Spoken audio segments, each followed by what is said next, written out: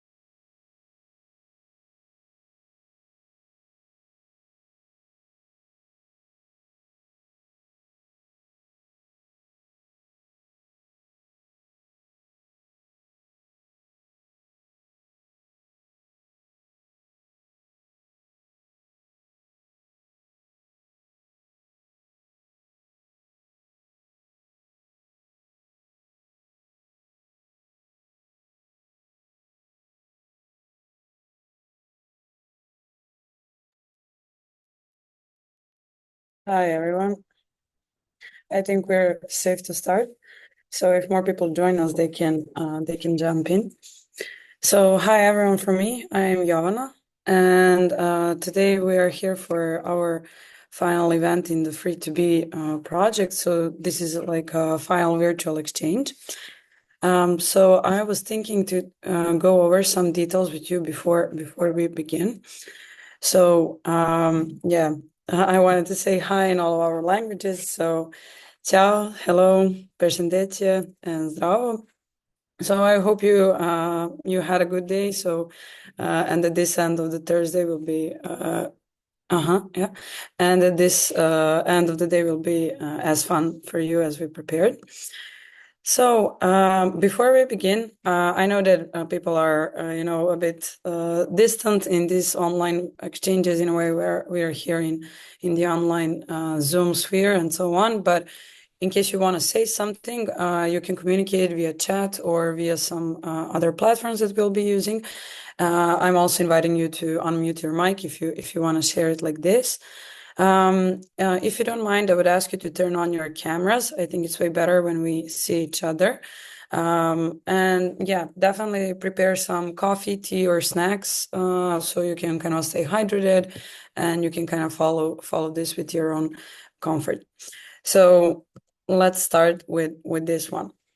So yeah, I usually make the joke that it's almost Friday, but yeah, as you know, it's Thursday. So I hope that you'll stay productive throughout the day. And I wanted to share what we will going to do here today. So first of all, we're going to talk about who are we, and I understood that when I wrote this, it sounded a bit like a philosophical question. So we are actually just going to discuss a bit who am I, who are you, why are we doing this, what are areas of youth work we are covering, and so on. And then we're jumping on to kind of main focus of this event. So we're going to present all the results that were happening in this project prior to this event. And we're going to launch a new network that's called One Network. So you'll hear more about it in a couple of minutes. And then together, we were thinking to analyze the principles of those network, and then we can discuss what we can do with the network in the future. So, as I said, I'm Jovana. So here are some details about myself. So as you can see here, I will be your facilitator, so the trainer for this event, and I'm also a youth trainer. So I like working with youth a lot. I also work in the corporate sphere, so you kind of can't escape it in this world. But yeah, basically, I think that, apart from all those career-related professional things, I think I really like when I meet people a bit more, especially when we are working with the civil society sector. So here I kind of put all the other things that I think are defining us more than just the job field that we have. So, as a starter, I would really like to get to know you guys. So just to see like who is present here, what are we like, who do we have? So I was thinking to do that through the Mentimeter platform. In case you did not use the platform before, don't worry, it's very easy. So the first thing you have to do is that you can either go to the website www.menti.com and enter the code, or if it's easier for you, you can just take your phone and you can scan the QR code right here. So I'm gonna wait like a minute or two just to see if you succeeded to enter. When you have it there, you can just like hit the like button when you're all set. So let's wait for everyone to jump in.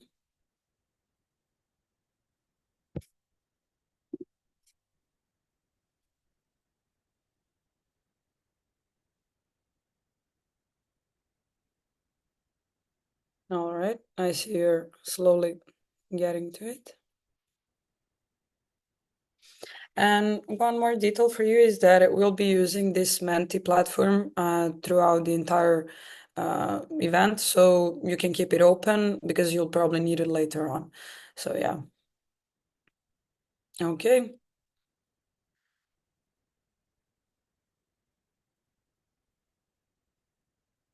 I see there's a couple of more people waiting to join. So I'm gonna move to our first question, and that is actually a way to get to know you. So I want to know, how are you connected to youth work? So if you're working in NGO, you can tackle on that one. If you're a volunteer or a member, or if you're planning to go there, you can choose between these options. I see we have, yeah, okay, all right. Are we waiting for a couple of more? Yeah, if you're just a participant, then that means you're a member of the organization. So yeah, you can just tap on that option. I see that Laura wrote in the chat.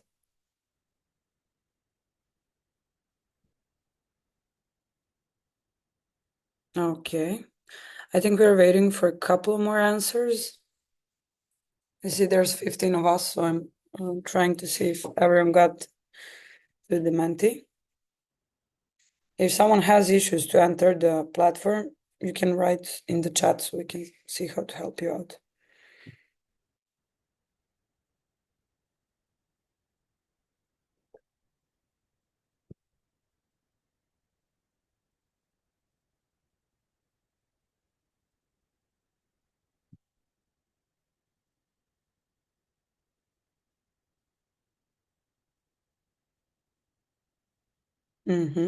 Yeah, for all people who are participants, that would kind of mean that you are a member of the organization. So you're like a person who is attending the events they're working on and so on. So like the middle option is for you.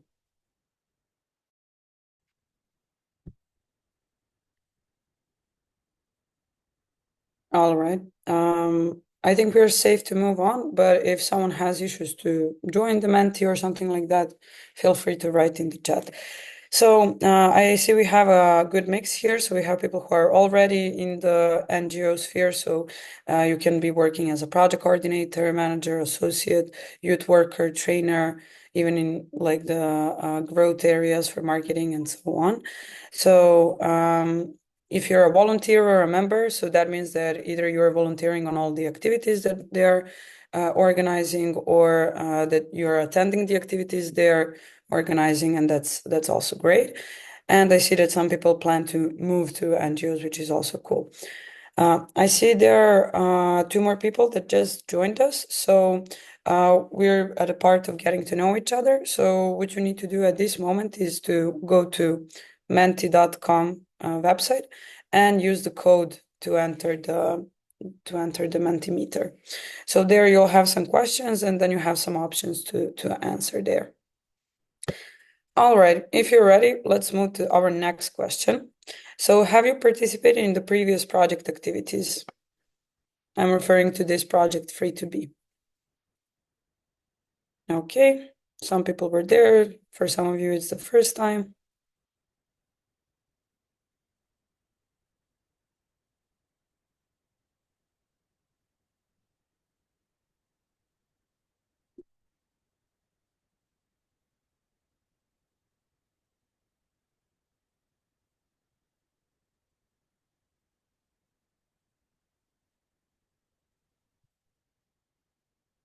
All right.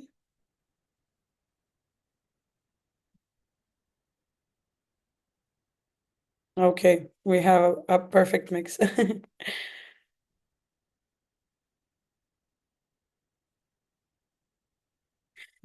Yeah, I see we have a question in the chat. So this event is part of the project Free2B. So my guess is that if you think that it's if this is your first activity, that's completely fine. I just kind of wanted to know like who we have in the room.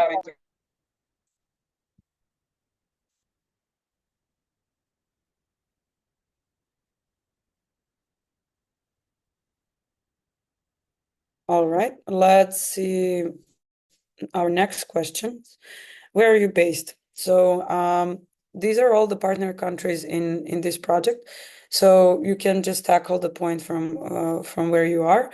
If you're maybe coming from another country, then it's fine to put other. So actually here we're not wondering like where were you born and so on. It's more about where are you right now. So where are you working? Where are you living?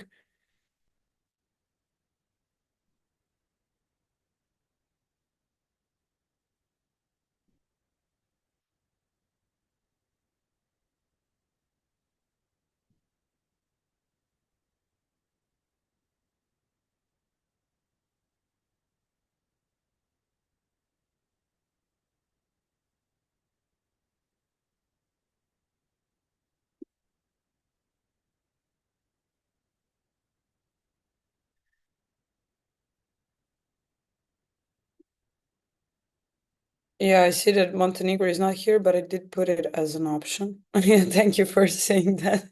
I guess you put it then like as the other, but maybe it's the limit on my Menti for number of options. I'm so sorry. We'll rename the other as Montenegro then.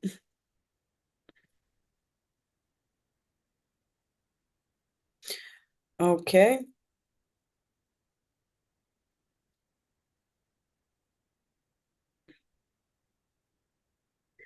Danica and Fatlum, are you able to join the Mentimeter? Because I think it's going to be easier and also a bit more fun for you to answer directly there, not in the chat right here. You are connected now. I'm sorry. Oh yeah, so you can go. The, Yeah, go. we don't know the web page to press the vote. Yeah, so you can just go to the site and then you can choose between these options.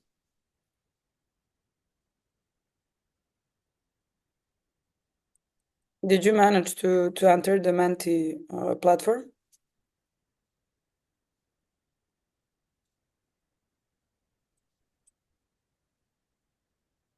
Okay.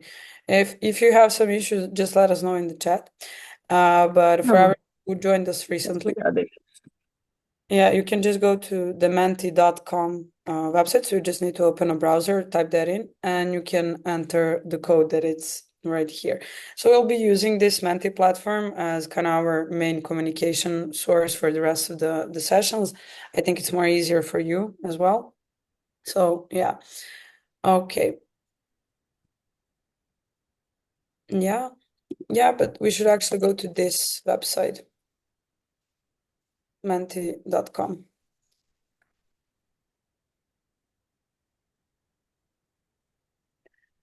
Okay, and let's see our last question.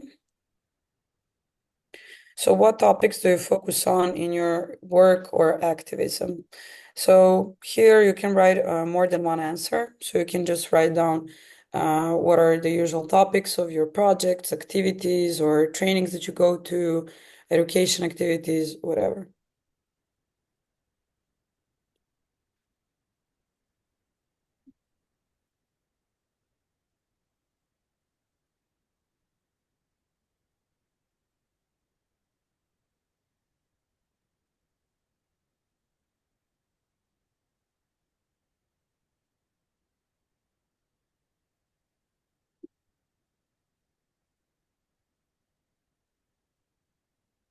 Okay. Non-formal education, gender equality, education, feminism, digitalization, networking, volunteerism, uh, migrants and immigrant rights, LGBTQ rights, emotional well-being, ecology, environmental protection, digitalization, inclusiveness, inclusivity, sustainability, anti-bullying, workers' rights, racism. Okay, this is very interesting. Yeah. Leadership, sustainability, media, okay. Career orientation, youth, yeah.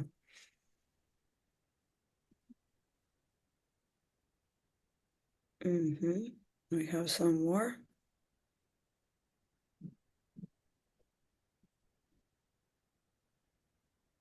Informing youth. Yeah.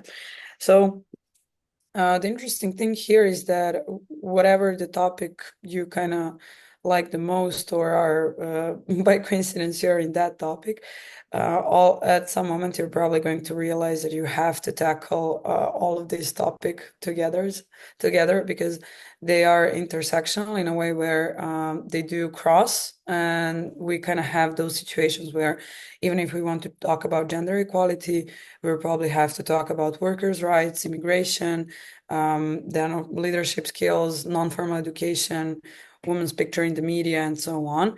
Same applies if we want to talk about LGBTQ rights. So we kind of need to tackle all of the fronts.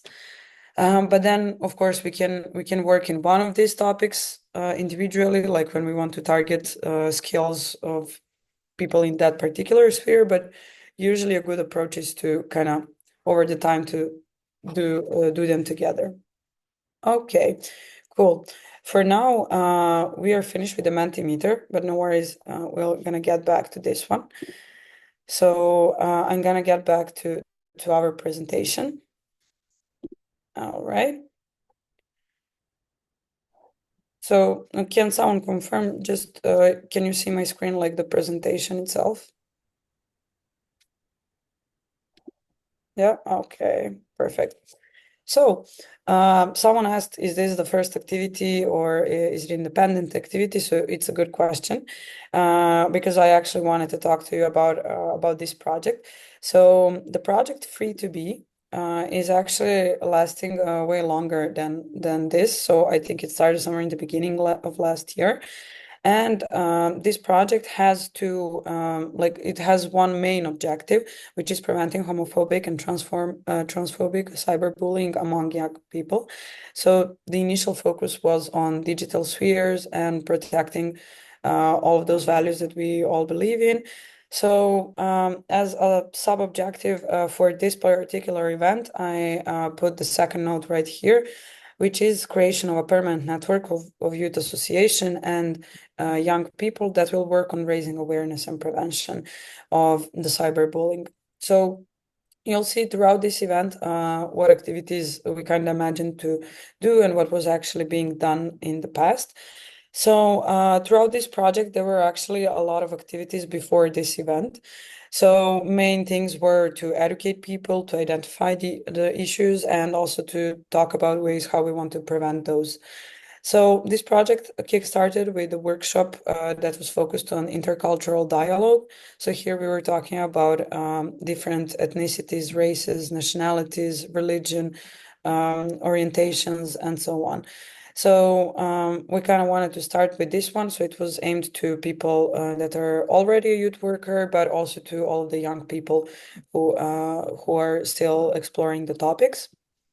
Then next step was to have a workshop specifically aimed at youth workers, and we were targeting their digital skills, where we kind of wanted to support them by giving them insights how they can create virtual exchanges such as this one, which digital tools they can use, how they can, maintain the interactivity, because in this online sphere, as you can see, it's a bit more challenging to do that, but you can always try your best. Then what happened afterwards was one next phase of the project, if I may call it that. It was a process of collecting hate speech across each of the countries. So the hate speech that was collected was the one that was specifically targeting LGBTQ sexual orientations and gender identities. So we kind of wanted to see what are the maybe common stereotypes or prejudices that are happening across each countries. It was a hard process, but then kind of when you see all of that on paper, sometimes you can also talk about like what do you want to do with that and how do you want to target that. So the next phase was actually a workshop to present all of that.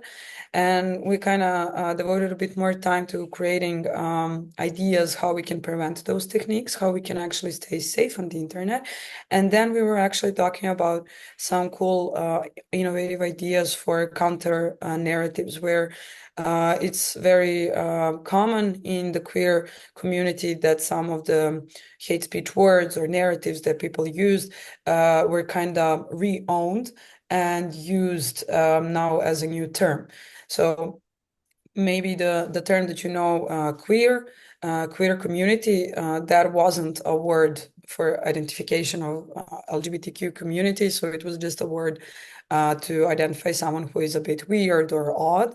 But then kind of community re-owned it, and now we have an umbrella term that is actually quite helpful because you can use it to reference on different things.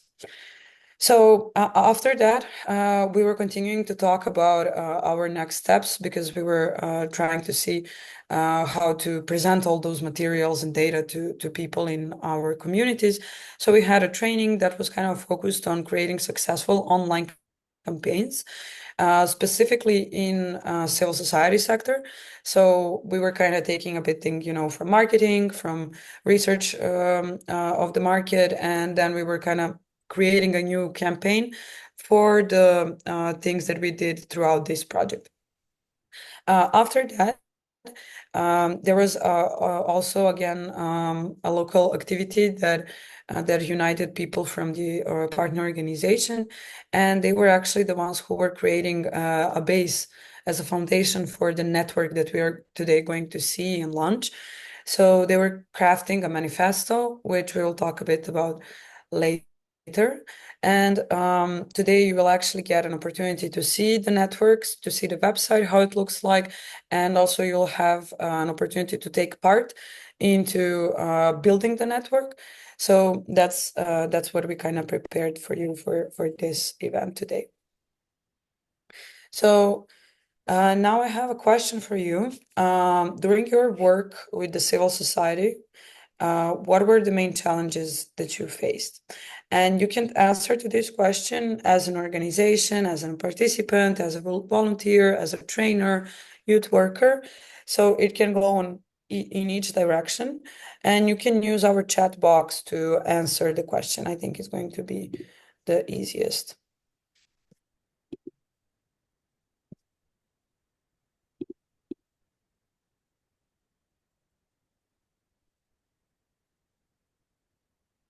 So I'll wait for a couple of moments so you can type in your answers.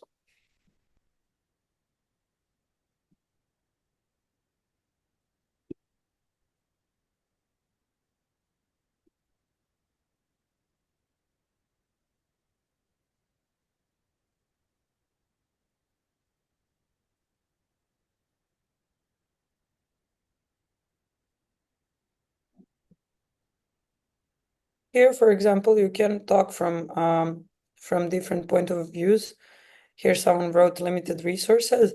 I would maybe ask you to be a bit more specific in a way where, if you're thinking about organizing activities, what were the issues for you to attract participants, to have enough budget, to have enough resources in terms of knowledge of your people, or things like that. Or if you're a participant or volunteer, what other things were impacting the work or your opportunities to find ideas and projects that you like. Okay, sustainability, limited resources. While organizing activities, limited resources, both financial and stakeholders.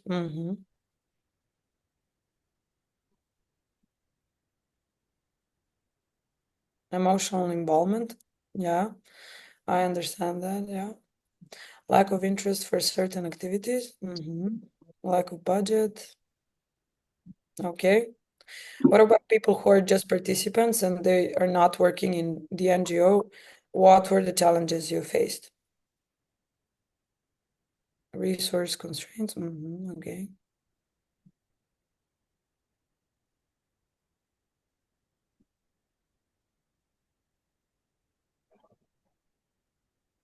Yeah. I'm asking this because I think that in our work we can always identify some challenges, and that happens from both sides. Whenever I talk to people and ask them like, okay, so to people who are not in NGO and so on, when I ask them, okay, so when they tell me they need more experience in some sphere and so on. And I'm like, okay, so why don't you go to some like volunteering activity, or why don't you go to some internship and so on? Why don't you go to some additional educational sessions? They usually tell me they don't know where to find that, you know? And then for me, it's always like, okay, but we in civil society sector have an issue to find people, you know? And then actually there's so many people who don't know where to find things that are interesting to them. So that's also like I think we kind of always are trying to create a bridge, you know, between these things. And then definitely within the organization, like it's also a thing that we have limited resources. So maybe we even sometimes have idea how we can reach all of those people that we want to, but we don't have the budget. We don't have maybe budget for marketing campaigns. Maybe we don't have like a huge network and so on. We have just started. We are a new organization. So those are all the real things. And that's why honestly events like this are actually helping you, because here you gather with a couple of people from different countries where you can kind of, you know, connect to them and at least hear about some new opportunities that are there for you. So believe me, opportunities are there probably for all of our sides. It's just that we need to, you know, find them, which is kind of the hardest job, right? Okay, and give me just a moment to get back to my presentation. Yeah. Um, I then wanted to ask you, what do you think when you think of all the practices of work being done in the organizations, outreach strategies, project writing strategies, even like, I don't know, organization of live events, virtual events, and so on.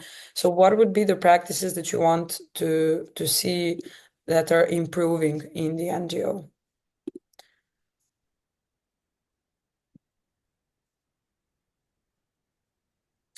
While you're writing, I see that we have one answer here.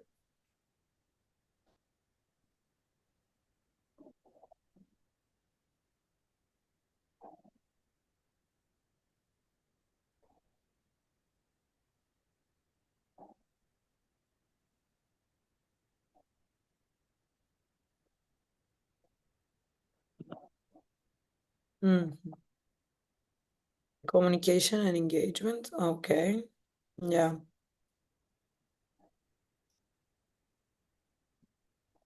Yeah, I see some interesting things here that languages are also sometimes the barriers. Yeah, I know.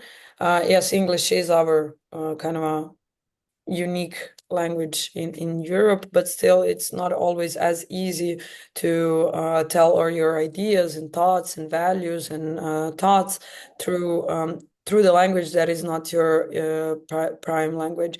So I understand that also when we are talking about work, that's a challenge. Mhm. Okay. I see that Vanya shared one interesting thing.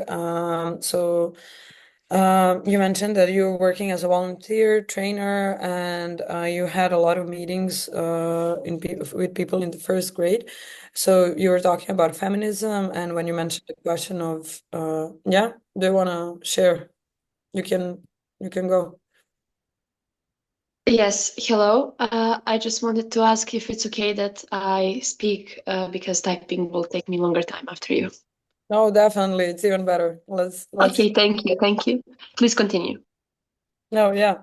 In general, yeah, I was just wanting to say how you mentioned that you were holding those activities about feminism workshops, and then when you mentioned some topic which is kind of not directly connected to feminism, but still LGBTQ rights are part of gender education, people were very angry. Unfortunately, I think that sometimes when you're working with schools, that's where the limitations happen. You know, if they are not completing some type of education on their own as well.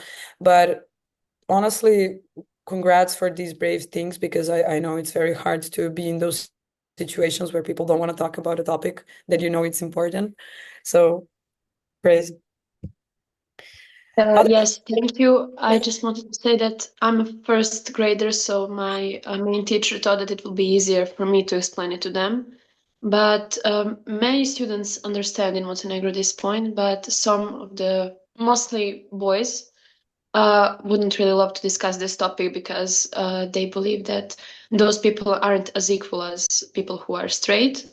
And we had a situation when this kid was arguing with his teacher about why doesn't he want to treat them like this. And he says that he has strong religional beliefs, and when we reminded him that religion is about treating people, everyone treating people good and being kind, he didn't want to listen, which I find a really big issue since there is many of LGBTQ people in my high school. Yeah, I understand definitely. I think that from what I've learned is that sometimes there are people whose attitudes you can't change because they're thinking that you're changing their values. So for them, those values are kind of, cores of their identities. And if you already succeeded to have any type of conversation on this topic, I think it's a huge progress. Definitely that needs to continue in order for us to target all the people who are just lacking education understanding for inclusive societies. But really, great job. Okay, so other people mentioned that things that we could improve within practices of organizations are communication, engagement, um, communication, accessibility, capacity, applying for projects locally and on international levels. Yeah, better donor communication, impact and sustainability. Yeah, okay, cool. I think that definitely like communication is one of the things where we kind of see that we can always do better. One of the ideas that we have after every project, after every activity is to do an evaluation. But sometimes even because of the lack of time and so on, evaluations are not done properly. And of course, it happened to all of us. The thing is that if we really want to do things better, we definitely need to dedicate time, to those things. I see that communication, accessibility are also like things that like people should include in their activities, and definitely should, part of the budget for that. Applying for projects locally and on international levels. Yeah, I agree with this one because like recently I also kind of understood that I like working internationally and I like meeting people from all around the world and so on. But sometimes I feel like I'm not contributing enough to my local society. So then I actually started working a bit more on local projects and so on. So for the past like 6 months or so, I'm more working on activities that are in my own city, in my own country, and so on. And that's like it kind of gives me a bit more, purpose and so on. So I think, when you have a proper mix of both, it gives you good results. Okay, so why we kind of talked about this is because those are all the things that are very real, and it's completely fine to have those issues. I also hear about like people who are kind of trying to apply to some events that some of the organizations are not communicating very well. So if someone said communication, accessibility, and meant to that, I think that from both sides we can always identify things that we can improve. But one of the good ways to do that is actually to connect with each other and share our experiences. So why I ask you this is because the point of this event today is for us to launch a new network. And I think that through this network, we can actually, we can actually connect, we can discuss some things. We ourselves can be the ones who are creating a safe space, both for young people, both for people who are working in the organization, and for all the potential people who want to enter those topics and our trainings, events, and so on. So that's as I mentioned, we will be launching the network somewhere in the close to the end of this session. What we will do next is that we will talk a bit about the principles of our work in the future. So when I say principles of our work, I mean on principles of the network that we are all going to be a part of. So these principles, they shouldn't apply on like just this project and so on. So you can actually, you know, carry them around as one of your core values, no matter in which organization you go, no matter in which organization you work, or what's the topic of your project, and so on. So after that, of course, we need to kind of spread the network to actually, you know, keep it running, and for the network to have some legs and to be able to, you know, keep up the pace. So the network name is One Network, and that actually means Organizations of Non-Exclusion Network. So organizations of non-exclusions, sorry, it's a bit hard word for me. So that actually gives us an option to create alliance between all of our organizations, but not only for people who are working in the organizations, yet for people who are attending our activities. So if you are just a participant here today, this is a great place for you. If you are also a person who works in the NGO, this is a great place for you today. Because the point of this network is kind of to have people from both sides to create our own safe space to talk about, to start discussions, to talk about things that are important to us, to share ideas, you know, to encourage other people to join, and so on. So actually, what just what I said. So this network is actually going to be in a form of a website.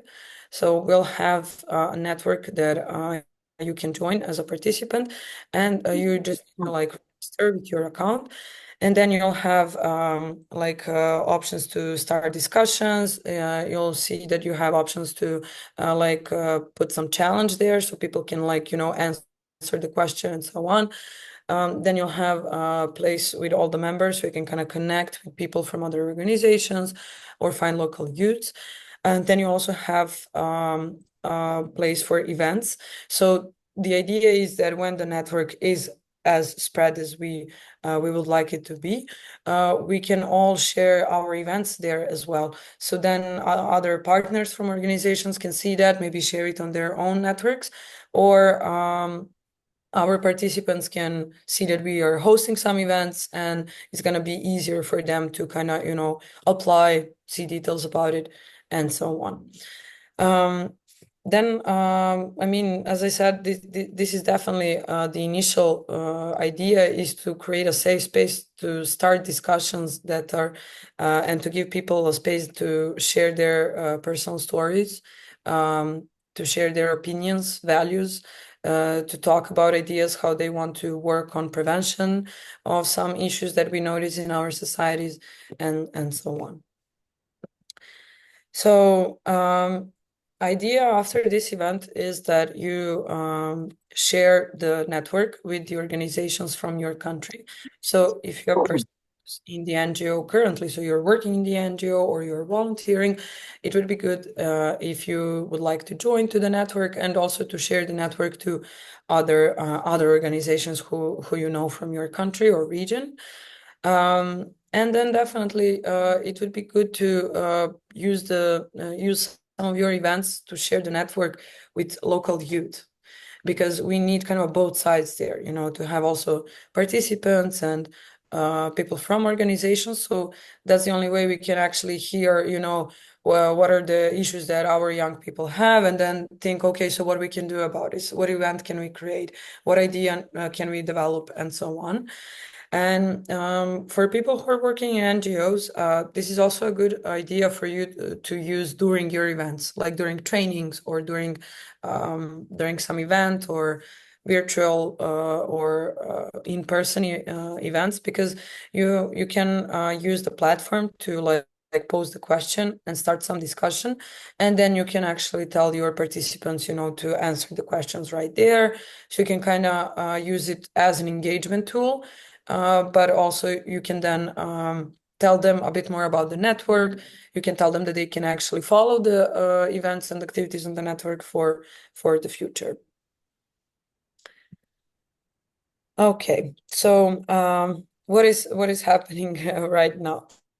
So by the end of this event, so we are already here for some 40 48 minutes at this moment. So in next 2 hours, we will all together kind of define what are the main principles that we have in this network. We will launch the network, and then all of us will also like give a signature to the manifesto that we will create together.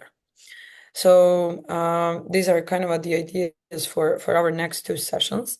I think it's going to be interesting for you because it's going to be interactive. Me less talking, you more writing, doing, and talking as well. Okay, so this is the first part of our session today. I think we are fine to have a short break. So I was thinking to give you 15 minutes, but I don't know how you're feeling. It can be like 10 minutes or 15 minutes. I want to hear, what do you think?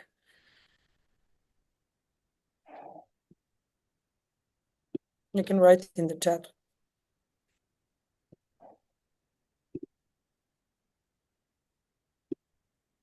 15? Yeah, okay. First said, first taken. So, okay. Let's then get back here at 6:05. I'll be here, I'll be waiting for you. So you don't need to exit the call. You can just like mute yourself and, I'll also turn off my camera. So as soon as we are back, you'll see me talking. So yeah. So then see you at 6:05. Thank you.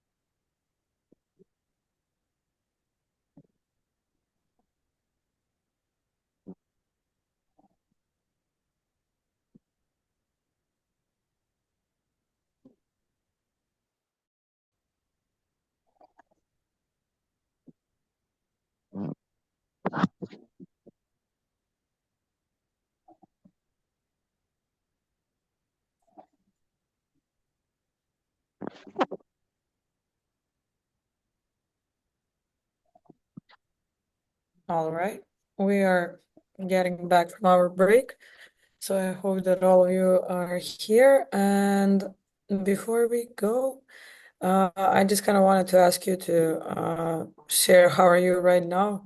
Did the break was the break helpful for you? So you can do it by leaving a reaction just to through the Zoom.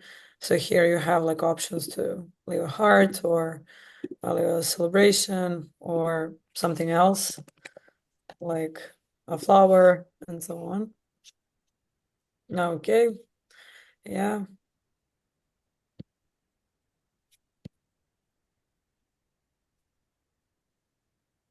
okay. I see a couple of people. Great.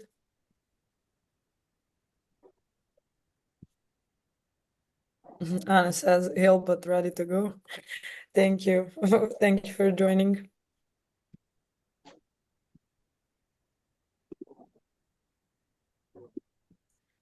Okay, let me get back to our Mentimeter.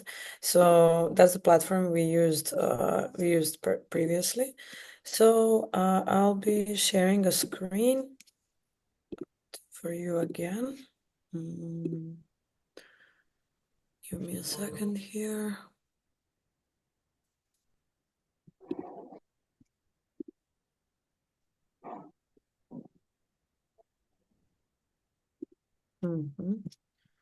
Here we are. Share. Okay. So we are back on our Mentimeter. Here are the instructions again for all of the people who joined us maybe a couple of minutes later. So you can either use the same Menti you had earlier, or you can just scan the QR code. You can type menti.com in the browser and just then enter the code.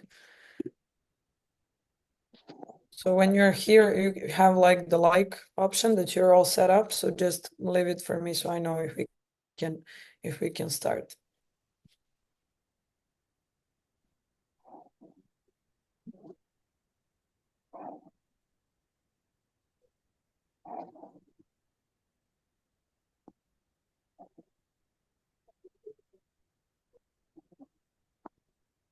Okay.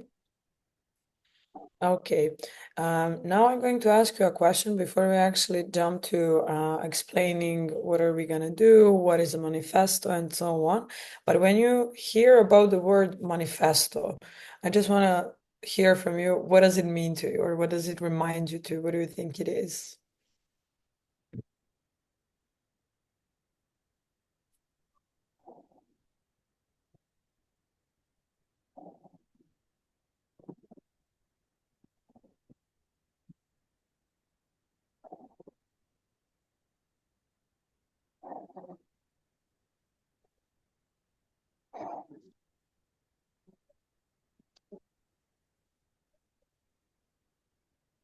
Okay, official requests, ideas, statement, values, novidad,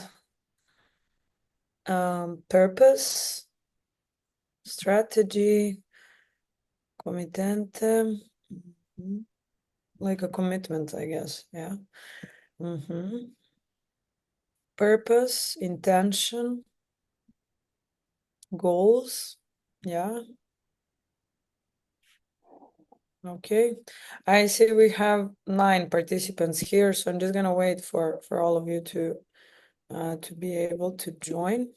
But I really invite all of you to answer. There are no right or wrong answers. So whatever this means to you, if it means nothing, you can type nothing, and then we're gonna see what it means. Inspire, agreement.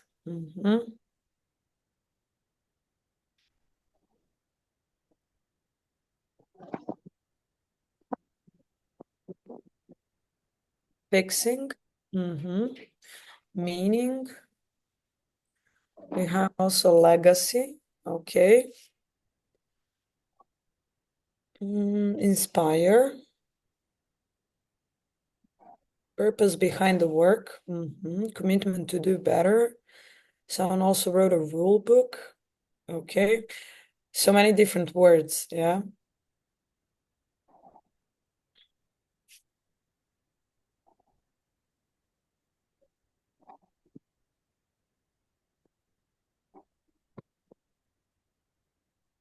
Okay.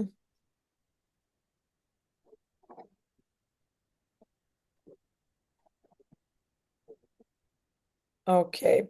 So, I can say that all of this makes sense because you actually used a lot of synonyms and a lot of cool new words to describe it. But yeah, manifesto usually everyone has like some own idea of what does this present to people. So yeah. Okay. I wanted to ask you, have you created a manifesto before or some type of a mission or a vision or something like that? So if you did it once, there's this option in the middle. If you did it a couple of times, there's the option on the right. And if you didn't, that's also fine. So you also have the option to tag on that one. Mm-hmm.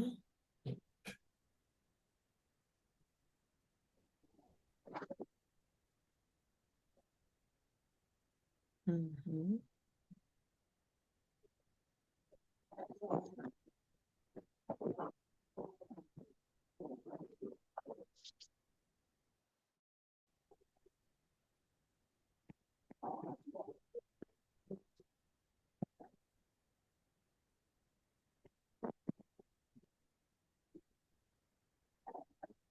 Okay. Appropriate mix here as well.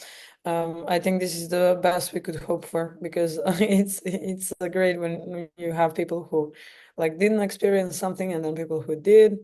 So it's great mix. Okay. We're waiting for more people.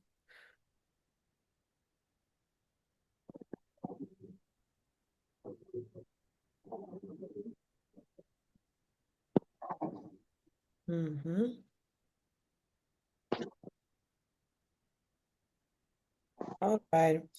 Okay, we'll go back to our presentation. So to see what this actually means. So you used a lot of cool words to describe a manifesto, and I can say that to me all of them sound right. So it is our internal interpretation how we see what's that.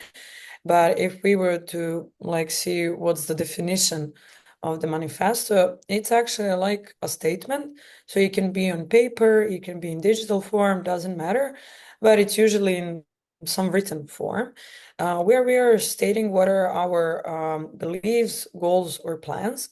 So those are usually some very strong statements, you know. So when you say beliefs, goals, and plans, so that means that beliefs are the things how you define your goals. And then out of those goals, you're actually creating plans how to achieve those goals. So a manifesto is used in a lot of different contexts. So maybe you heard about this, that some political movements have that, but usually it's used either in political sphere or in social sphere. So you have it for political parties or for social movements, social ideas. So in this in this sphere, we are of course in the other group. So we are in those social movements groups because usually people write this within the civil society sector when they want to like share some of their personal ideas. And it's usually a group who creates a manifesto. And then they actually want with that manifesto to inspire other people to kind of join their cause, you know. So if you remember, we talked about the network here. So we were talking like what were our ideas behind the network and so on. So then we also created a manifesto which is going to kind of provide us like a base for the things that we are believing in. And then because of those things we are believing in, we have created some goals. And because there are some goals, we need to create a plan. So how to get from here to here. Usually some form that is used is that you list some of the principles that you have. So those are like principles that you abide and stand by. And then every principle usually has a couple of intentions that are going to kind of identify that principle a bit more. So to give you a bit of an idea behind this before we move on. So if you had a group of friends or a group of colleagues in your school, and all of you notice some things that are bothering you. For example, you want to start some new initiative in your school. And from that initiative, let's say that you start an initiative for some support groups for people who are victims of cyberbullying. And you notice that it was quite successful. People approached you. You actually succeeded in creating a couple of groups. So people were talking to you and so on. Okay. And then you decided that you want to kind of make it a bit more official. So you want to, maybe you don't want to immediately like establish the organization, but you want to have initiative that you're going to continue to develop. So then your group created a manifesto where you kind of stated some of the values that you believe in. For example, you can also put some principles that are kind of like rules. So I wanted to give an example. Everyone can join the support group. So maybe even the perpetrators, like the people who were bullies at some point, but then also people who were being bullied and so on. Then maybe another principle is we listen and we don't judge, you know, because sometimes when we talk about sensitive things, it's very important to give people like an option to like a space to just share what they want to share without us being like a person who is going to interpret how is that being is that like right or wrong, basically.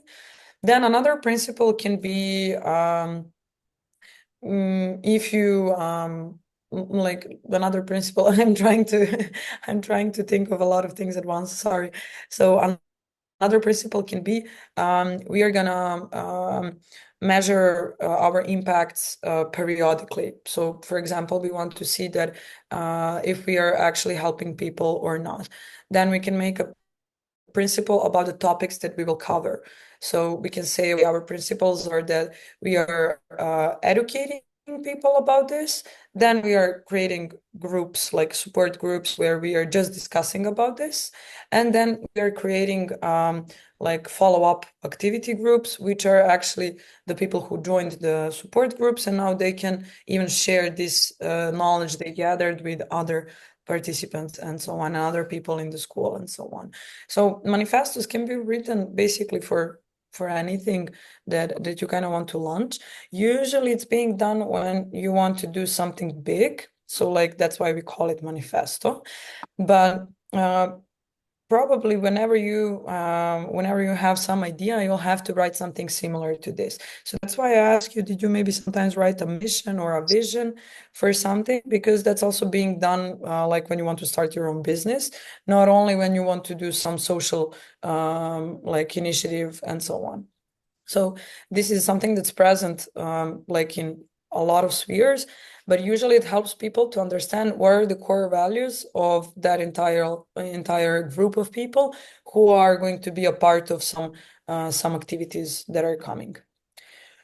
So give me, yeah, okay.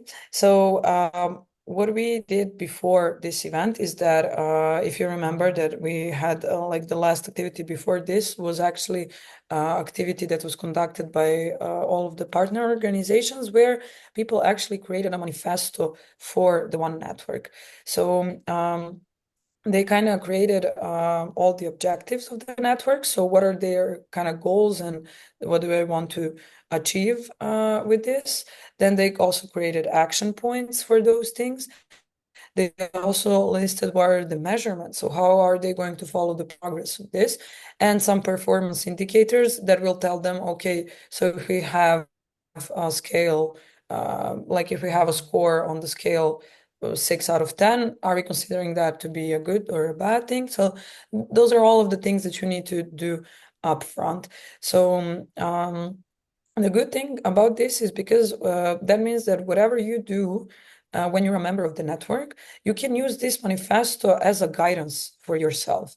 So when you're a member of this network, you can always, go and check what's the manifesto.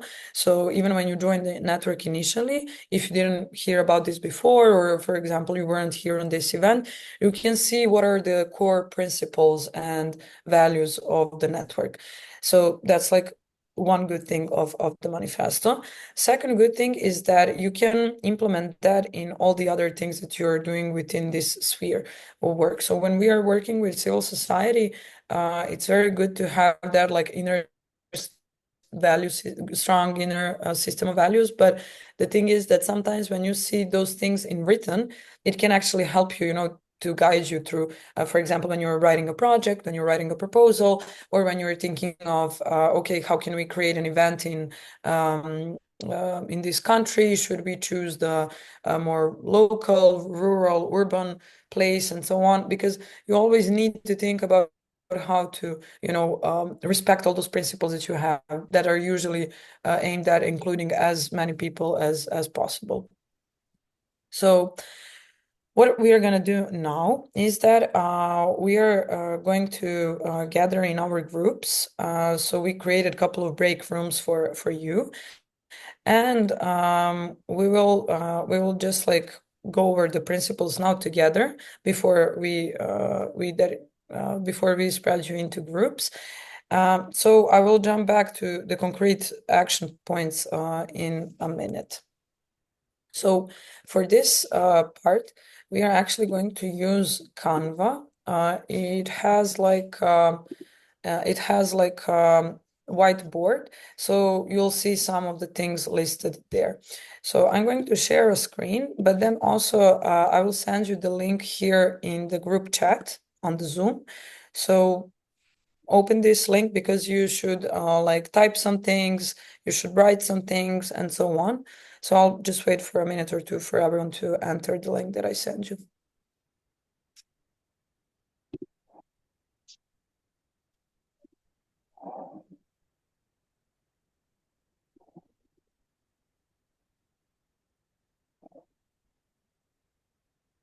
Okay.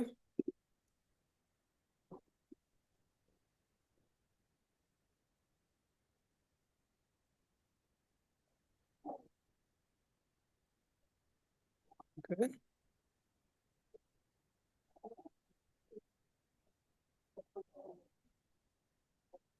Okay. I see that we still need more people here, so you just need to enter the link that I shared in the group chat.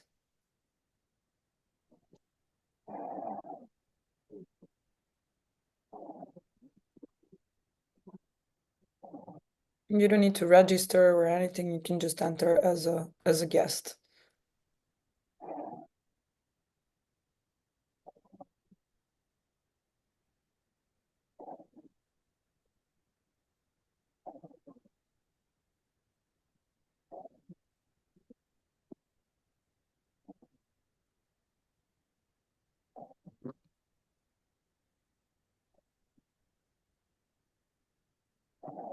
Okay. I see you're succeeding. Great.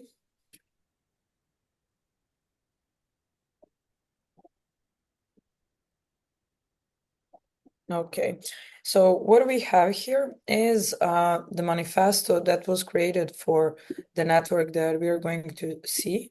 And for now, you're not going to have to look at this part, so you can keep it there below. But here, I created some like bubbles, let's say, for us. So you have 6 main principles of the network. So I'm gonna like read all the names of the principles. So those are kind of the key values that we want throughout the network. So the first one is principle of inclusivity and non-exclusion. Second one is a principle of intercultural dialogue. Third one is commitment to anti-discrimination and cyberbullying prevention. Fourth is advancing media literacy for digital resilience.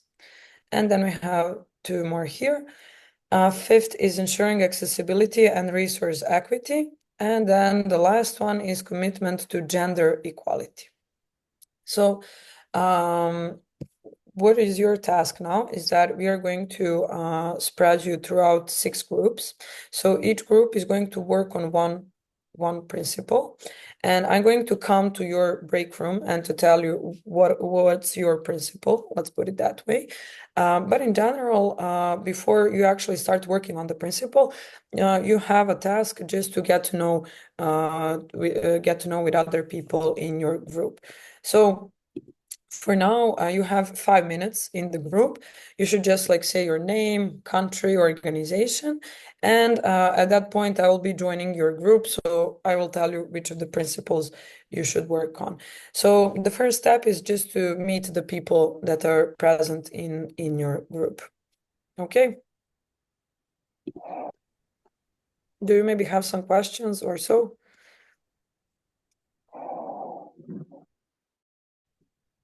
For now, no. Cool.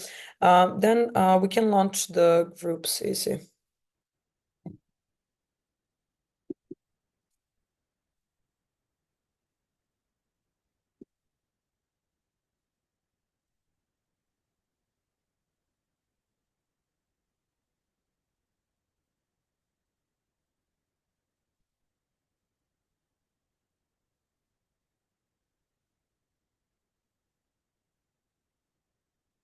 Okay.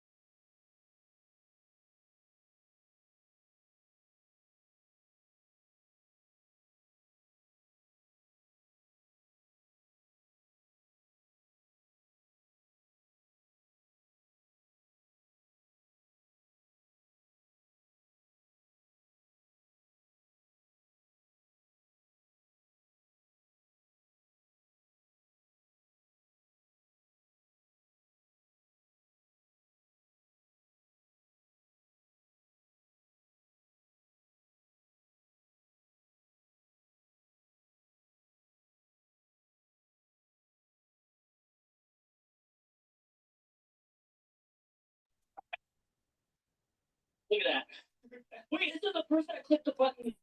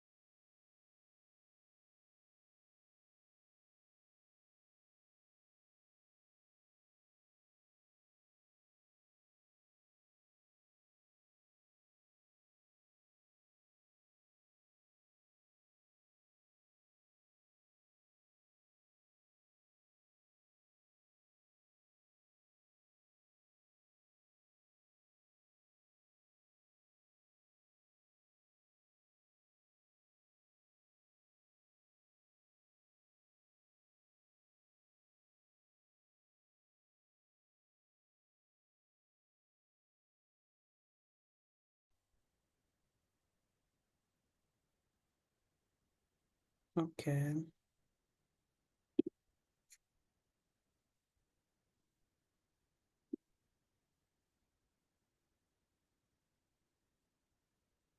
Okay. Hi, Olivera.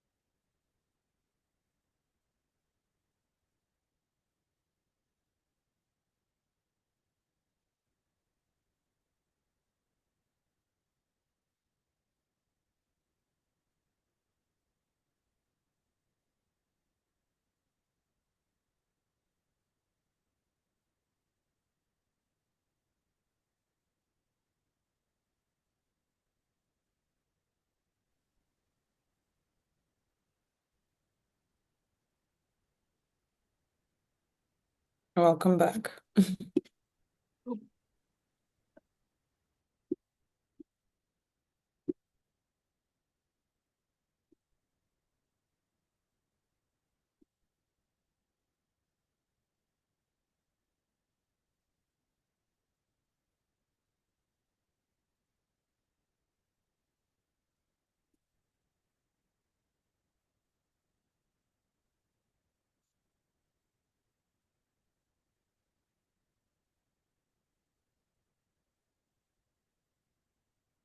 Okay, let's just wait for everyone to get back and then we're gonna tag along.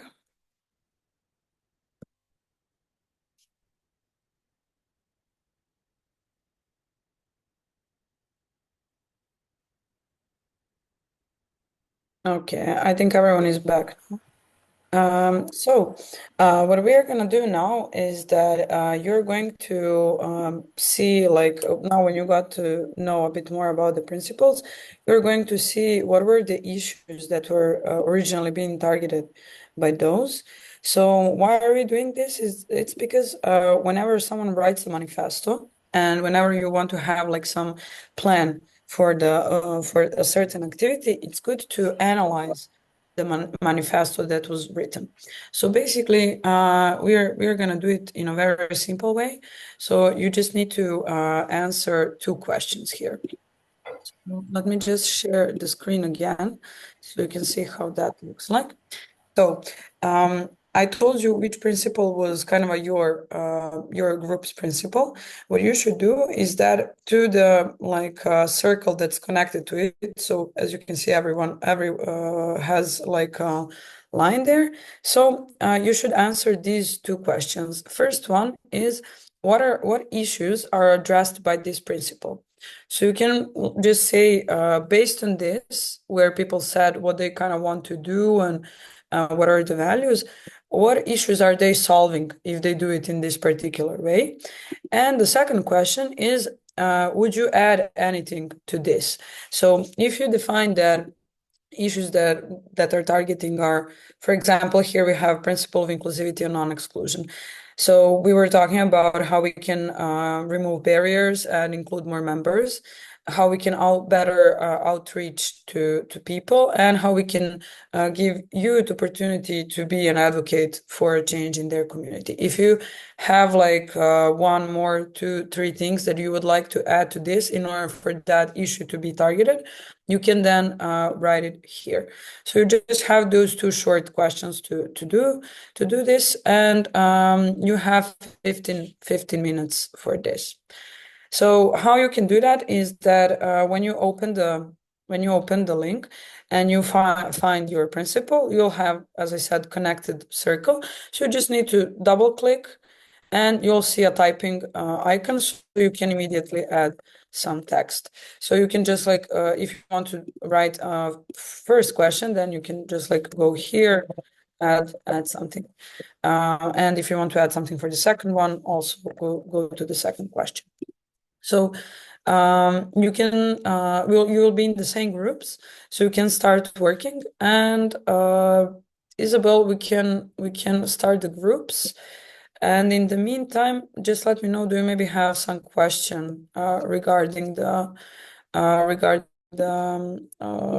flow of the board or what you should do? Is it clear?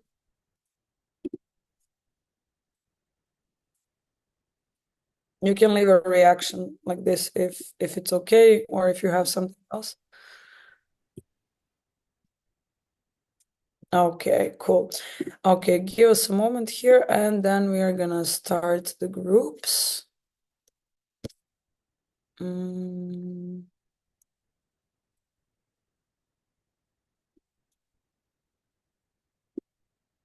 Oh, just a moment.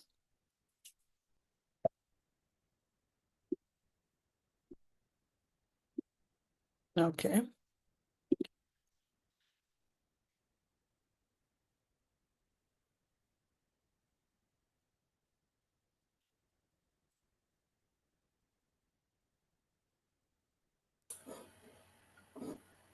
Okay, the message for groups is going to appear soon, so when you see it, then you can you can go to your group.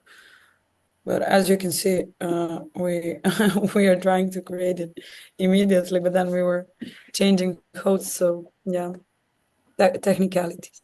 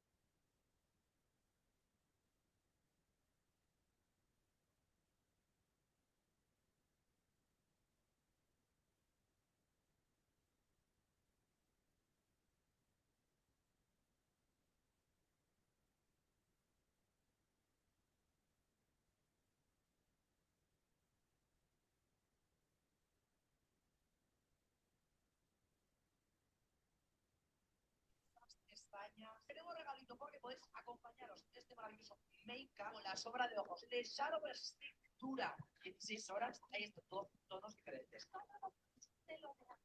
Venga, está para.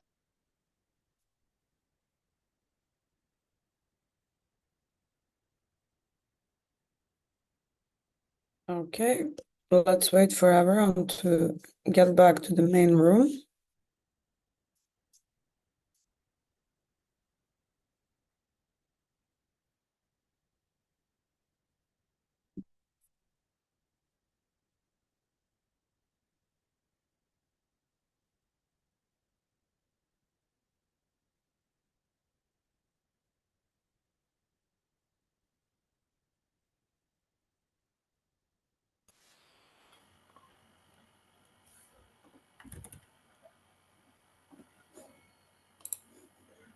Okay, yeah, we are all here. Great. So,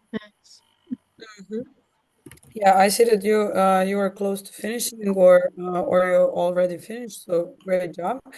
In case you maybe wanted to add something else, you can still use a minute or two to add it. But we are finished with the group work for now. So we are gonna go on a short break right now, and then I was thinking to have like a presentation of things you did. So we are gonna go for a break for 10 minutes right now, and then we are getting back at 7:10. So we can continue. Okay, you can just stay in the call and uh, just mute or turn off the camera. So when you see my camera back, that's the moment when we're starting. Bye.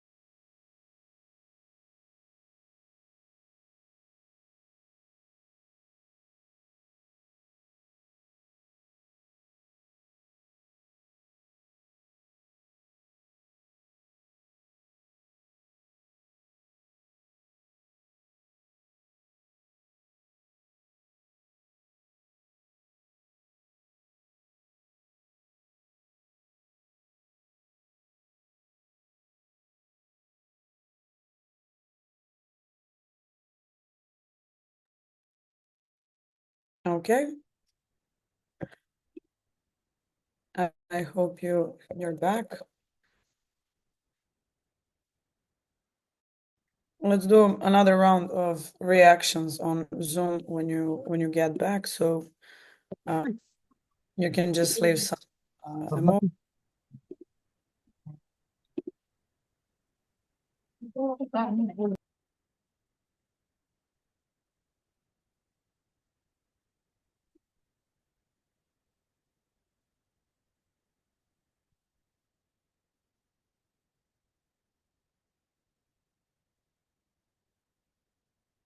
Okay, so when I think that people are here, so let's leave a emoji as a reaction just to see who is all there.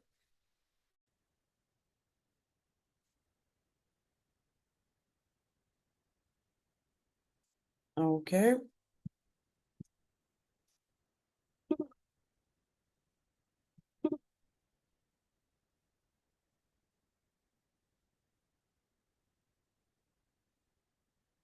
Okay, cool.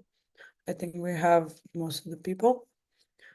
Okay, then we can now go to our final part of the event. So what we are going to do now is that we are going to get back to our screen. So give me just a second here.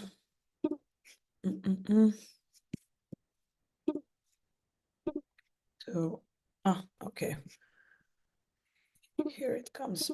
Okay, so what we are going to do now is that we are actually going to present the results from your groups.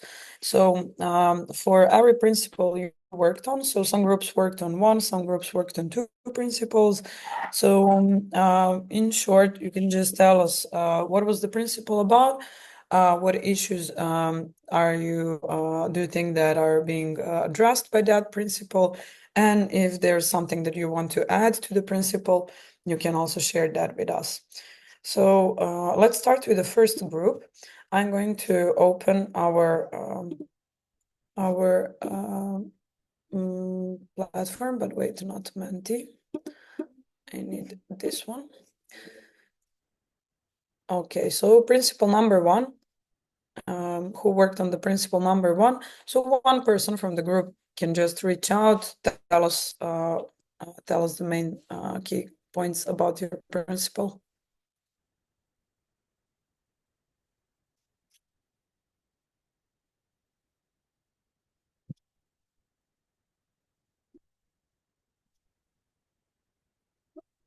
Group number one. Are you ready?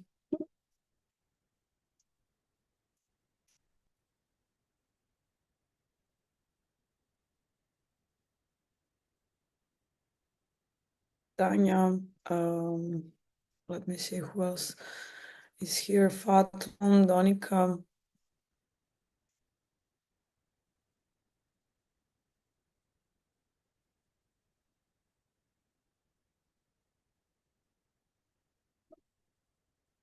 Okay, if it's easier for you, we can go with the second principle and then we can get back to you. So let's see like this. So principle number one is principle of inclusivity and non-exclusions. So the issues that were targeted with this principle is lack of representation and voice. So you wrote here that you noticed that it addresses the issue of inequality in education, employment, and participation, limits the growth and the voice of many people. Youth disempowerment. Underrepresented groups are often absent from decision-making processes. Cultural and structural discrimination. So disadvantaged youth often lack the tools, platforms, and support to participate in their communities.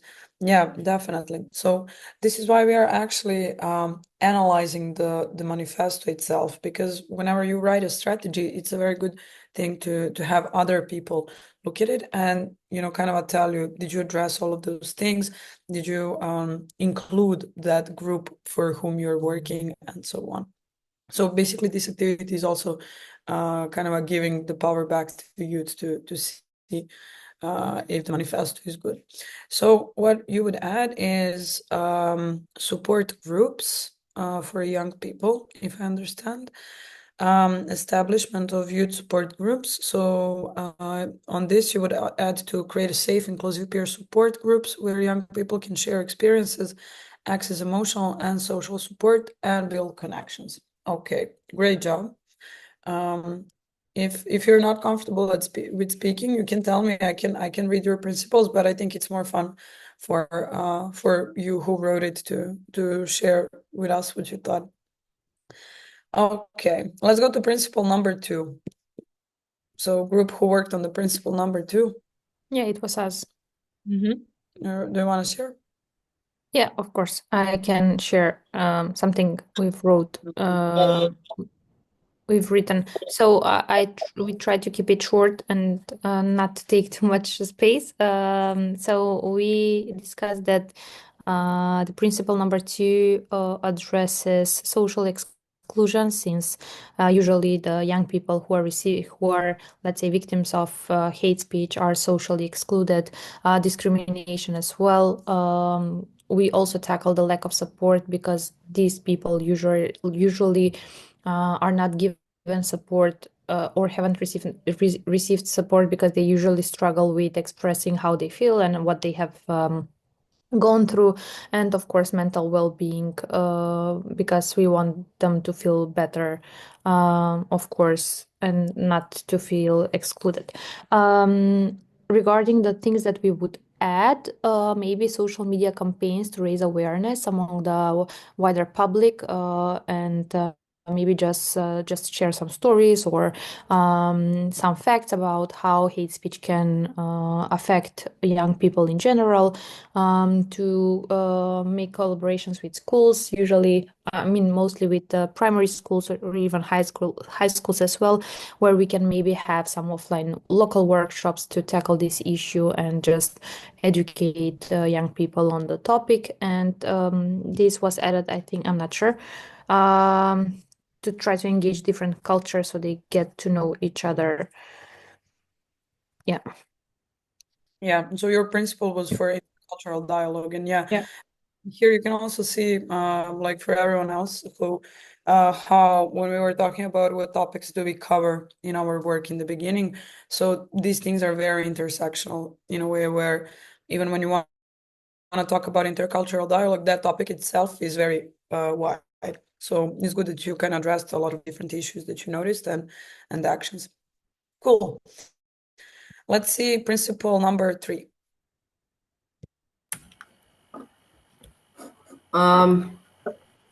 Should we talk together? As you wish, Vanya. Okay, maybe Anna can help us with the issues and I can help with solutions. Yeah. Okay, just let me enlarge it. So, with this, the issues that are addressed by our principal is less awareness of cyberbullying.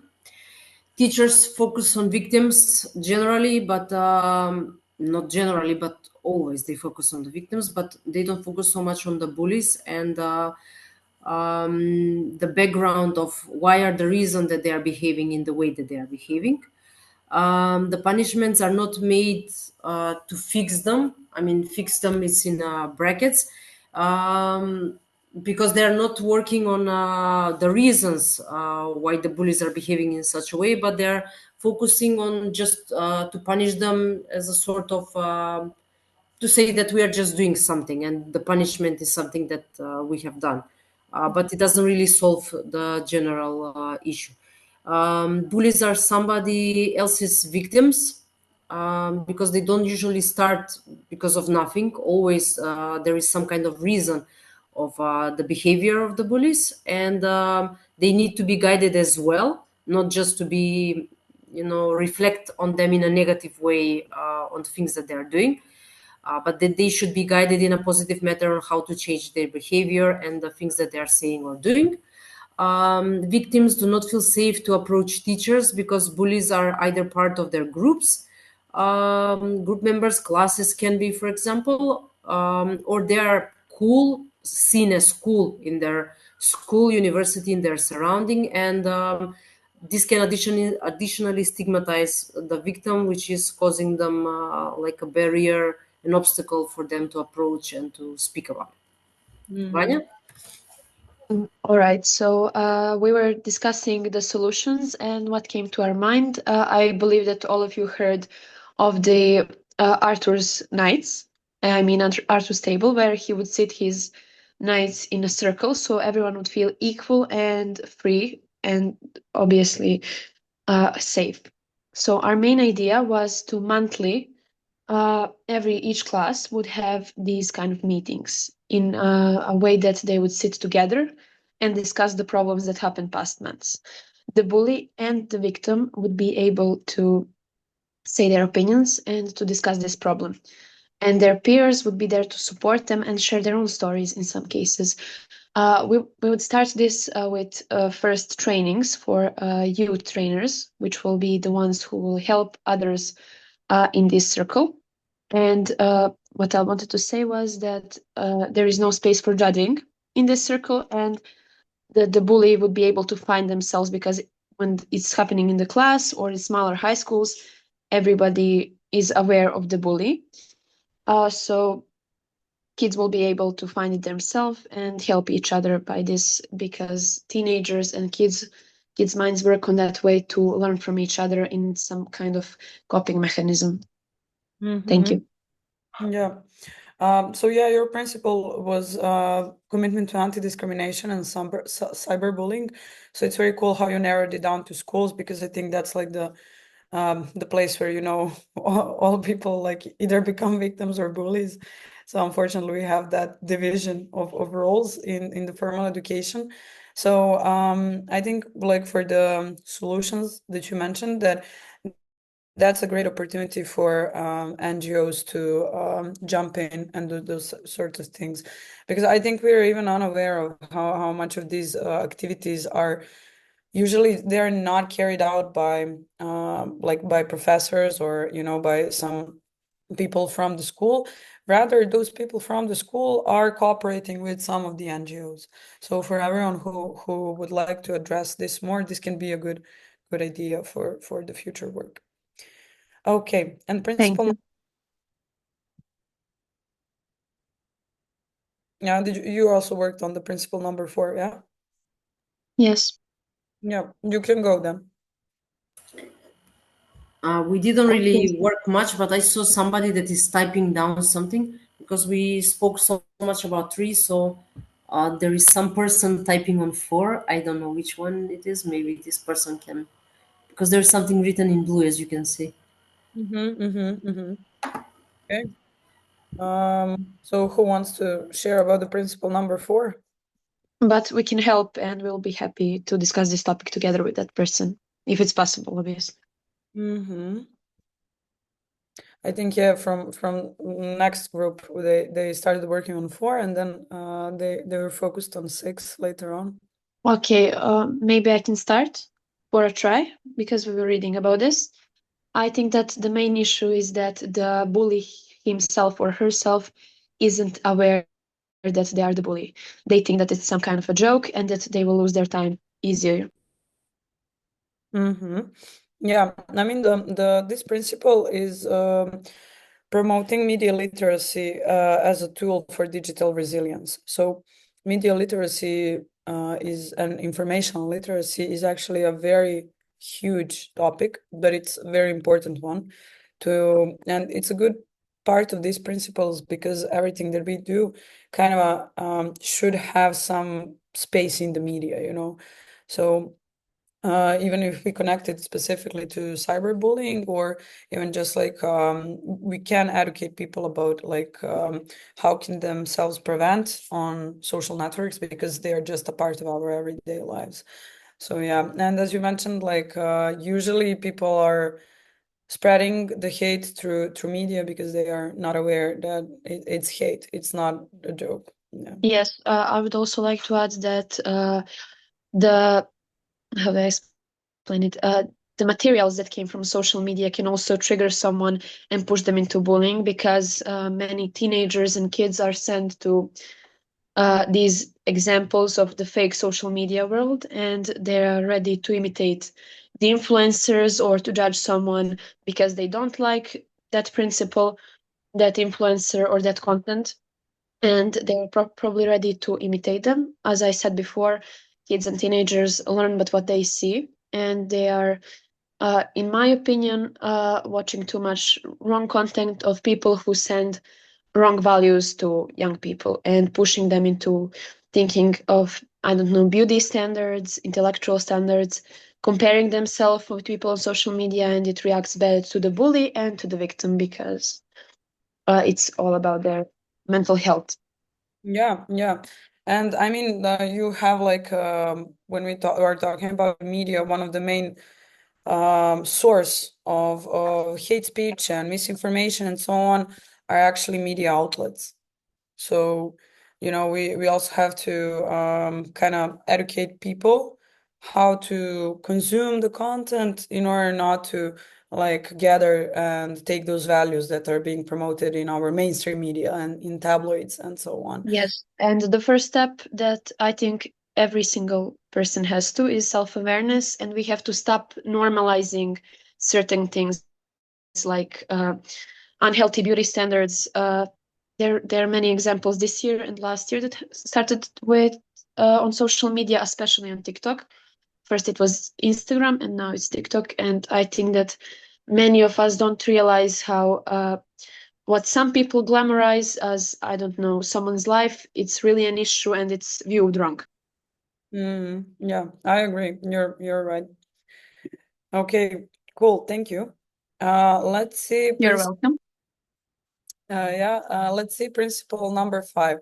So ensuring accessibility and resource equity. So who worked on the principle number 5?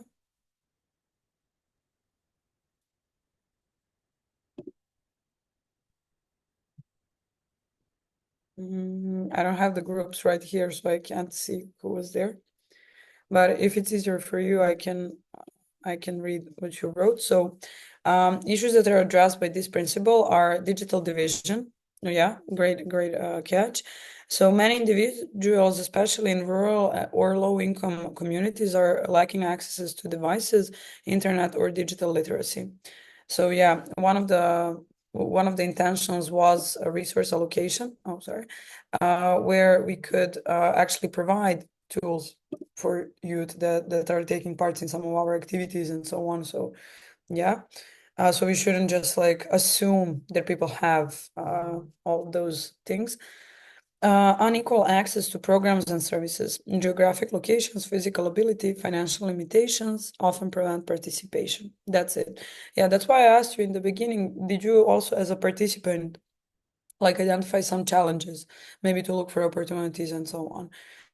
Because I remember that like when I was starting to go to like exchanges and so on, like my first exchange was in Hungary, which is like next to my country, so it wasn't like that far away. But then when my next exchange was like somewhere further away, I think it was Denmark, I was like, okay, I actually have to, gather a lot of money to pay like all the travel costs before I get refunded and so on. But like it's the best system that we have, but sometimes people even offer to organize trips to groups that are from rural areas, because for them you cannot expect that they will just like have even an option to come to your city or whatever. Okay, concentration of resources in urban or privileged areas. Resources often get centralized in major cities or within certain social groups. Yeah, definitely. And I mean, we see that in NGO like very often, like when you have activities in your country and so on, you will probably find one location and go there a bunch of times, because like it's so hard to find a location that suits like all the needs for your participants, all the like the budget requirements and so on. But then also sometimes it's easier to have activities in your local city, like that is usually a larger city. And what would you add? Accessibility audits. So regularly assess your programs, platforms, and physical spaces for accessibility gaps, physical, digital, linguistic, etc. Yeah, that's great. I am also participating on some projects where like the topics are usually related to media, but the participants and entire project staff is from Albania, Kosovo, Serbia, and Croatia and Macedonia. And in all of our events, all of us speak English, but sometimes we call people like some experts, and so on. We always provide a translator. And for me, that's like a very cool thing, because if you call an expert in some field that is maybe not in our civil society work, so they can speak only in, I don't know, Croatian, our colleagues from Albania and Kosovo, they couldn't understand that, so it's just fair to have a translator. So yeah, that's also a thing that when you are writing a project, then you need to think about it up front. Okay.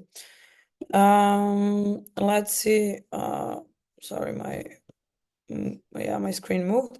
Mobile resource units create pop-up or mobile hubs that bring resources, training, tech access, info sessions directly to underserved communities. That's a great idea. That's something that usually starts from like initiatives in high schools, but yeah, it's a very not budget-friendly idea, so it should be like a whole initiative for itself. Youth-led resource mapping involve young people in identifying what resources are missing in their communities and co-designing how to deliver them effectively. Yeah, that's a very nice idea because usually those people can tell us the best how they would identify the issues that they are facing. Okay, thank you. And the principle number 6 is commitment to gender equality. So are we going to hear from someone from this group? I see you wrote some cool things.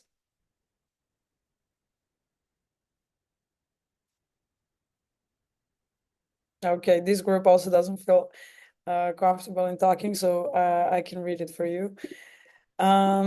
So issues that are addressed by this principle are gender disbalance and low leadership skills. Yes, it's good that you identified the second one as well. So what we could add to target this issue even more is organizing workshops about women equality, creating social media campaigns regarding gender equality and focusing on laws giving benefits to women, so every woman know about basic rights. Okay, yeah. I think it's also, a matter of education because a lot of people are not aware about anything related to their like rights, and they're also not aware what are the situations in other countries and so on. So it's very good to educate them like what could be improved, because then you give people actually a hope, especially for these topics. Like if you work with women who are like, for example, age of my mom and so on. So when I talk with her, and also when I did some workshops with a bit older women that are like 60 plus, for them it's like they have just accepted some things that are just like that. They were not taught to think, okay, how we can maybe change this. They were more taught how they can adjust, not to change things from the core. So I would also say that it's very important to educate them about their basic rights sometimes as well. But this also change depending on the group with whom you're working. So yeah, and yeah, definitely we should educate not only women but also women and men about all of these things. Okay, cool. Thank you all for this. The thing that we would need from you right now as well is to stay in this link as well. If you lost it, I will put it in the chat once again. Give me just a moment here. Okay. So what you should do right now is when you open the link here on the side, you have options for writing, and you need one for drawing. So when you select the option for drawing, you can select one of these tools. You can even change the color and so on. And we would like you to like symbolically sign this manifesto. So how you can do it is, as I said, you just select the brush that you want. You can change the color, and you can just add your signature somewhere on the side here. So here I can go first. I can just like add my signature. Doesn't have to be perfect. So here I'm gonna give you like a couple of minutes to try and do this.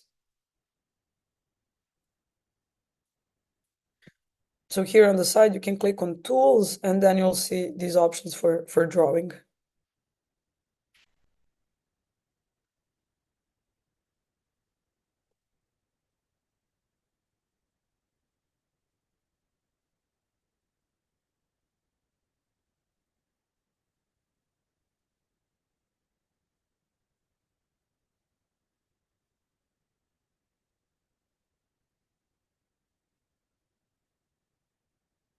You can also use the left side.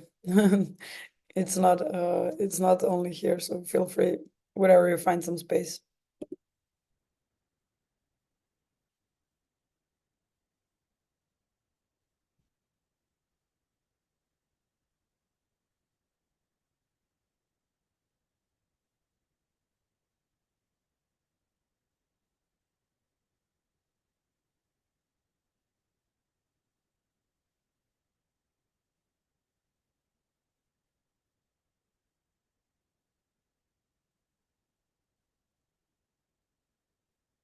Okay, good.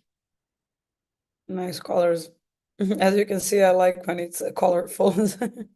So I chose a lot of colors here. Okay, thank you. If someone wants to add this later on, that's cool. So as you can see, creating a manifesto is actually a big job. So you just gave your contribution to kind of like review this by someone who did not maybe create this. So that's very important that when you also create some ideas and some like new like initiatives, and if you do some type of manifesto or mission or vision paper and so on, it is very cool to give it to someone else and to ask that person to kind of analyze it as we did today. So I actually wanted to tell you about this network that apart from the principles that are here, each of them has concrete actions that are going to be carried out. So the things that you wrote, like also as your solutions and suggestions, that can also be a great add-on to the things that were previously imagined. And as a final thing, for every great idea that you have, you need to have some measurement and impact indicators. So usually we would do that like when we are analyzing also all of our activities, but it's very great that when you are creating something that is supposed to have a sustainable lifetime, such as launching a network, then you should definitely have some mechanisms like how we're going to follow on what's happening right there.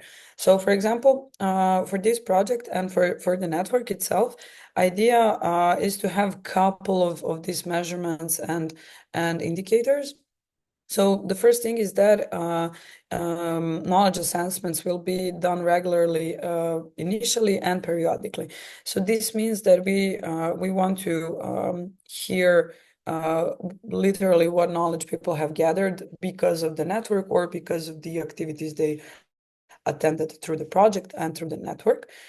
Then we have some user experience and satisfaction survey. This is a bit different because it's more focused on like what did the network brought them. So it's not only a measuring of knowledge, like you were at this level with this topic or skill and now you're here. This is more like entire experience that a participant has. And the participant, as I mentioned earlier, it can be a person who is already working in the NGO or some young person from your country or region. So next thing is also engagement and applicational learning.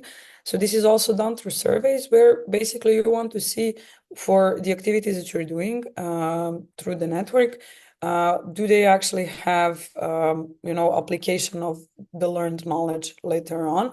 So you're also tracking the engagement, like how many people are joining, are the discussions ongoing, and so on. Then you have evaluation metrics and data analysis. So these two things are quite connected because here we also have summary reports.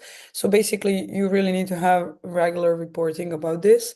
So that can lead you to iterative adjustments. So whenever you need to change something, whenever you're actually listening to the people who are part of the network, then you can make some adjustments to your activities and so on.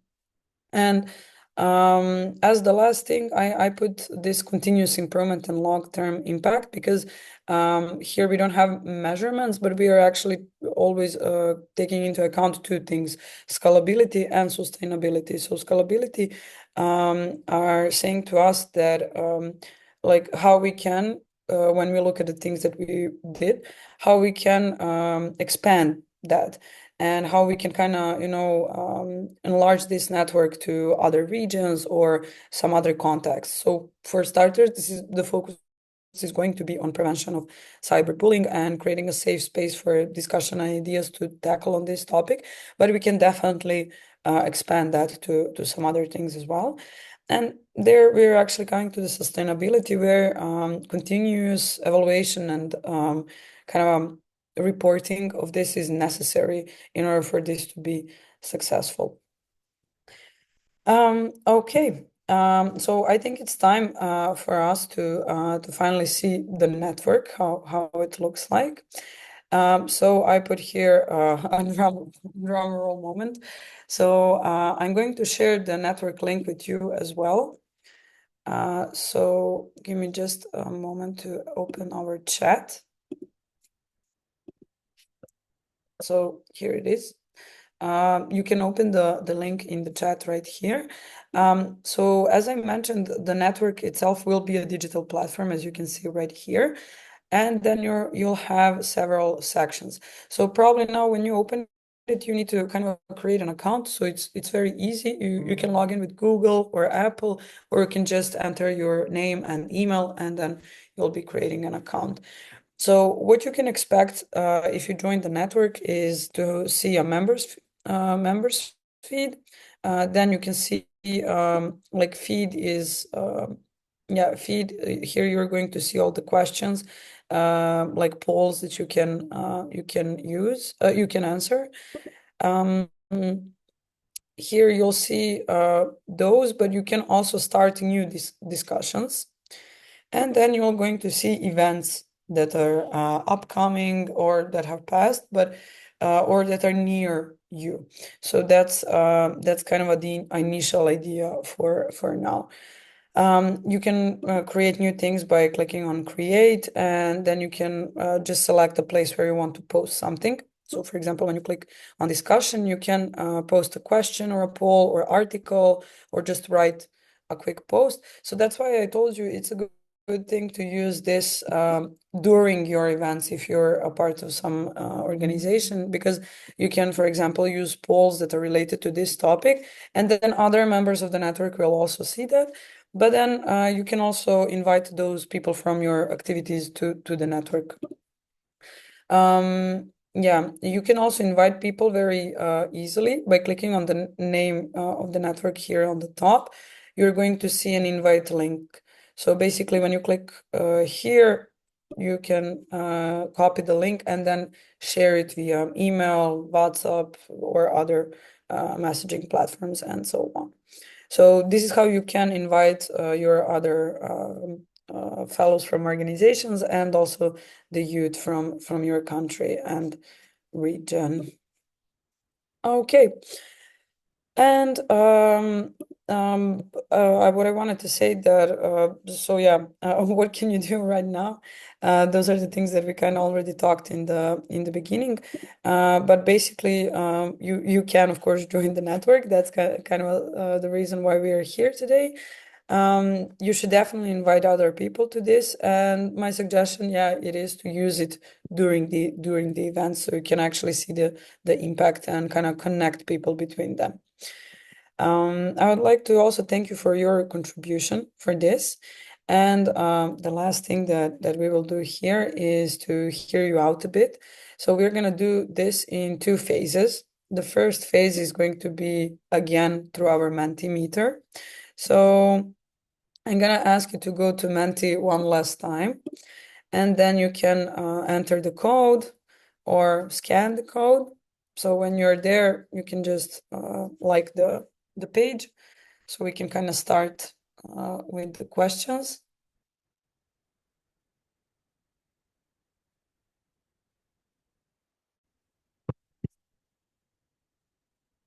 And I'm going to change it to our first question. So I wanted to ask you, was this workshop helpful for you to kind of understand all the ideas and objectives behind the network that we were talking about?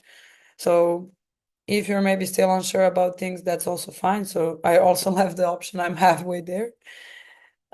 So yeah.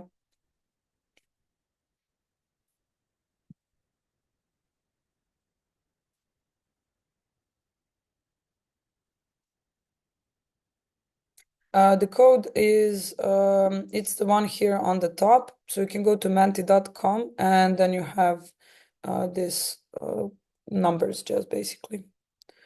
I can also copy the link for you if it's easier.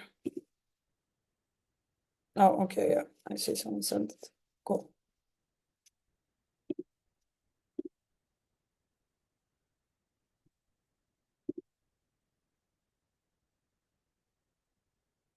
Okay. Yeah, I wanted just to ask you to share some feedback regarding the trainer or aka me right here. So just a bit to see how you were feeling with me during these couple of hours.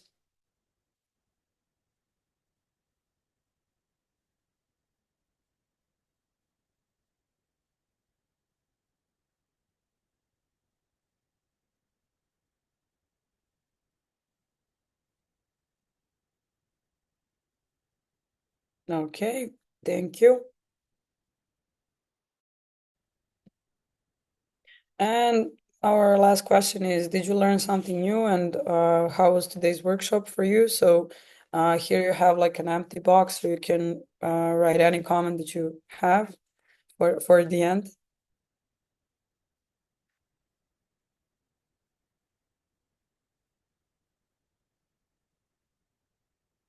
All right, thank you.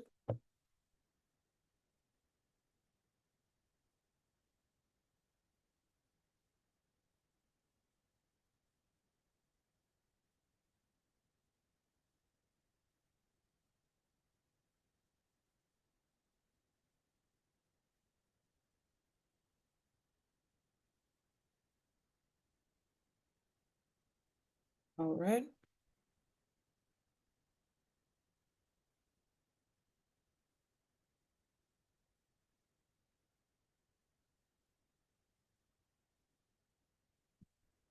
Okay. While you're typing those, our second phase of the feedback, I'm gonna get it ready for you.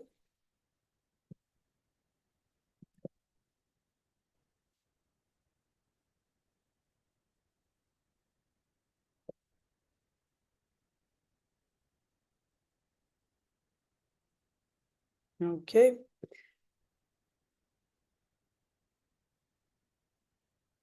Okay. Thank you for sharing all the comments. And the last thing we wanted to hear from you is through the form that I'm sending you in the chat. So that would really help us, because as you remember, one of the principle is to actually see where people were before some of the sessions, and then where people are after the sessions. So I sent you the link right here in the feedback, sorry, in the chat.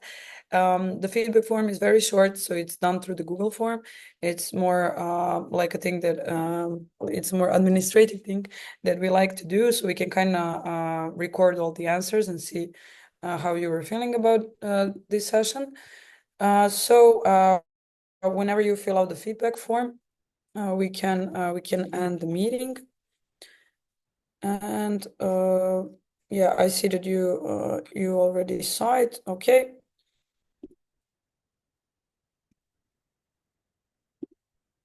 Yeah, thank you as well.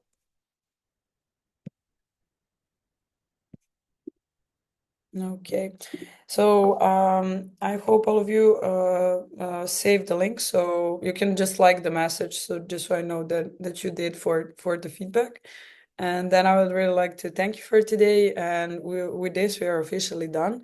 So see you in some of the following activities throughout the project, and I really wish you a great experience in your future work and in your future volunteering and activism. So stay strong and connect with each other. Bye.